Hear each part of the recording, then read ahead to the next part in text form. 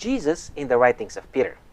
As Christians, we are touched and we have been inspired by who Jesus was, how he perceived this world, and how did he live his life. Now, imagine that you were there where Jesus lived, preached, healed, and died. Would that make a difference in your experience with Christ? Unfortunately, we don't have this chance, this opportunity.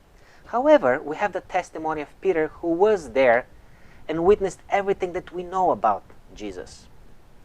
And this will be the object of our lesson this week. As we completed the study of the first letter of Peter, and before moving to the second one, the author dedicates this lesson to look at some of the key understandings and beliefs of Peter. Jesus is in the center of everything. Jesus is at the beginning and the end. Only Jesus brings sense to things, and this is why it's so crucial to understand how Peter was seeing it.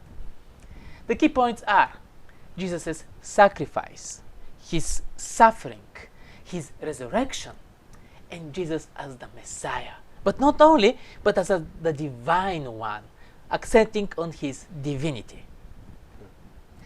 Peter was born and raised up in a culture and society which was very conscious of their spiritual imperfection, born in and influenced by the effects of sin.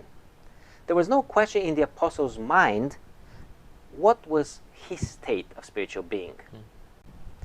What he realized after walking 3.5 years with Jesus was that there was a way out. There is a way out that he can conquer and overcome the power and the consequences of sin. It was the blood of an innocent being, of a being without spot, without blemish, that can take the consequences and the effect of sin away. The sacrifices of lambs and calves have proven so far insufficient for that purpose. So for Peter, his teacher and rabbi, Jesus, has become also this sacrifice that has been given for the forgiveness of his sins. Somehow there is this mentality that we can get away with things. But there is no such thing with sin. The price has to be paid. The only one who could pay our price was God with his life. Jesus did this sacrifice for us. This is why we can have another chance now. Another big topic in Peter's writings is the suffering of Christ.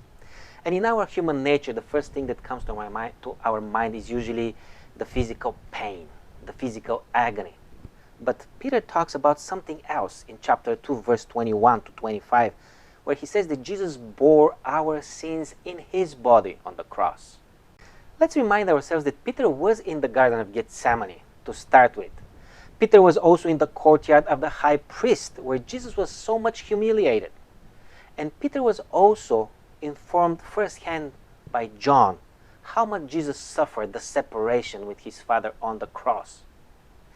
Peter had realized that Jesus, who had no guilt, died in our place, and in this way we can be reunited back with our God. Jesus walked through his human life as a human, suffering as we do, and taking it to the extreme as he had to endure the full cruelty and ugliness of what we are capable of. But even more than that, he didn't know that it was going to work out. He didn't know if his sacrifice was going to be accepted. Perhaps our sin that he was taking on himself was too much, too offensive to God, and their separation was to be eternal. There was no guarantee, and I can't imagine this passion, this suffering. Why would anyone accept to go through something like this? What love!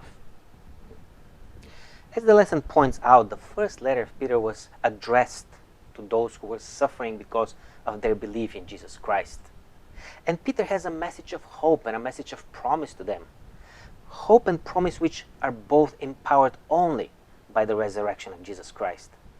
As much as Jesus' sacrifice was needed for us to have our sins forgiven, in the same manner Jesus' resurrection was required for us to believe in victory over death. there is no greater hope that can overcome our thirst for life.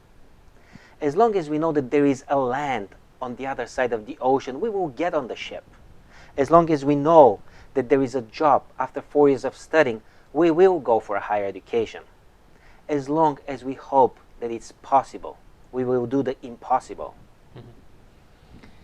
Jesus' resurrection is the victory. This is a whole new story now. For Peter and for the other disciples, this is an entire new chapter. They were starting to slowly put it together, grasping it better, appreciating the greatest thing in life. Death is just a sleep now. Suffering is temporary. The sacrifice is accepted. The price is paid. Sin is exposed. The victory is won. Finally, Peter saw in Jesus the promised Messiah, God Himself. You are the Christ. You are the Son of the living God, said Peter in answer to Jesus' question of his identity. Christus, as it is in Greek, and Mashiach in Hebrew, having the same meaning, the anointed one. And Peter felt it. He somehow saw it through Jesus' unique actions and interactions. And at first it looked like a spontaneous realization, but it grew in a much deeper understanding. And Peter was able to easily explain it in his letters what Jesus' mission was. Peter declared Jesus as the Messiah earlier, but he wasn't getting it. Many are not getting it, and we are probably not getting it completely either. But after the resurrection of Jesus, Peter knew it. Jesus is God. He is the Lord. It's difficult for us to explain it, and we're making a huge mistake when we try. We can't explain divine nature, but we can humbly appreciate it. We will be starting the second letter of Peter next week with the lesson, Be Who You Are.